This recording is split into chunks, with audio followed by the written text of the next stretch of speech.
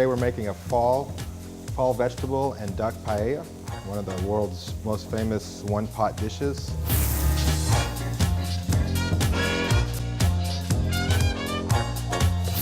First you start off with your diced red peppers, onions, garlic. This is called your sofrito.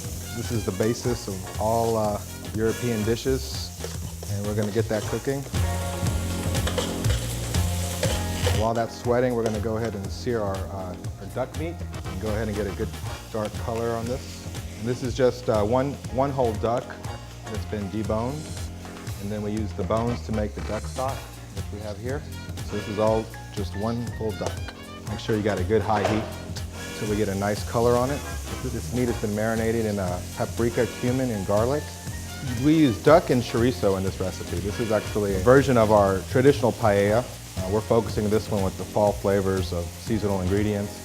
So we're using acorn squash, turnips, green beans, zucchini, sweet potato, and mushroom.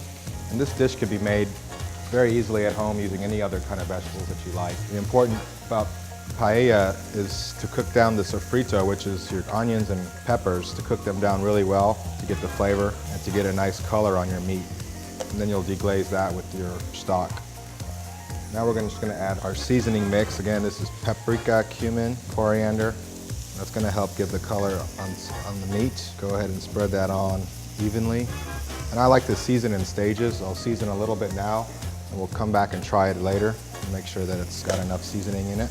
We have a tapas restaurant called Oporto, which is just down the street from the Millennium, right around the corner. It's a Portuguese European style tapas bar, tapas and wine. We do paella every Sunday, and our regular menu features many traditional and untraditional style tapas. And you can start to see the color now come out, the flavor from the vegetables. You want to get it nice and hot, and you're going to be stirring this. Paellas that we make at Oporto often have seafood. Again, you can add mussels, clams, any kind of fish you'd like, really. Your seafood you would add at the very end. The longer you let this cook, the more flavor that'll develop. You see your onions are translucent and your peppers are getting roasted. At this time you can add your root vegetables, some of your heavier, starchier vegetables that take longer to cook, and your mushrooms, because mushrooms will give it a nice earthiness. We want to cook those down pretty well too. Here we're adding diced sweet potato, some diced turnips, and some acorn squash. And you can use any kind of squash you like. Acorn, butternut squash works really nice. We're going to save the green beans and zucchini for last, since those cook up really quickly. So next we're going to add a little bit of tomato product. You can add fresh tomatoes if they're in season, canned tomatoes. I like to use palmy. These are just crushed tomatoes. This is going to intensify the flavor a little bit, give it a little more richness.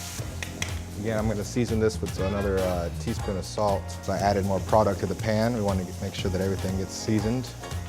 I'm going to add a little more of the paella seasoning, which is in the recipe.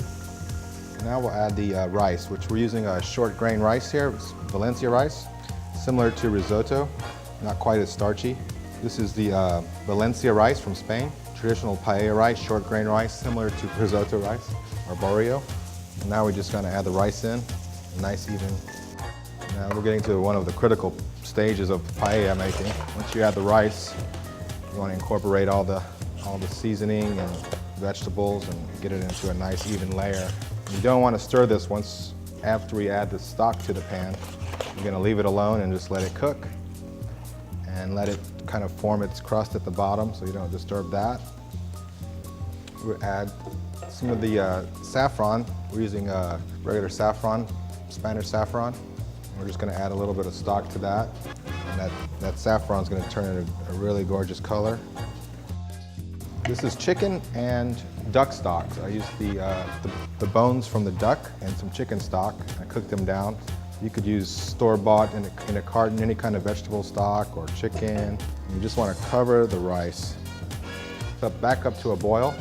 Again, we don't want to stir it too much. Just kind of make sure that the rice is all coated.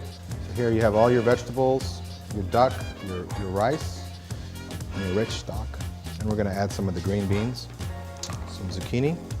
This will release some moisture as well, so it's always a good idea to have some tasting spoons when you're cooking. Always checking for seasoning. So we're gonna add a little bit of cilantro, parsley, maybe a little touch more salt.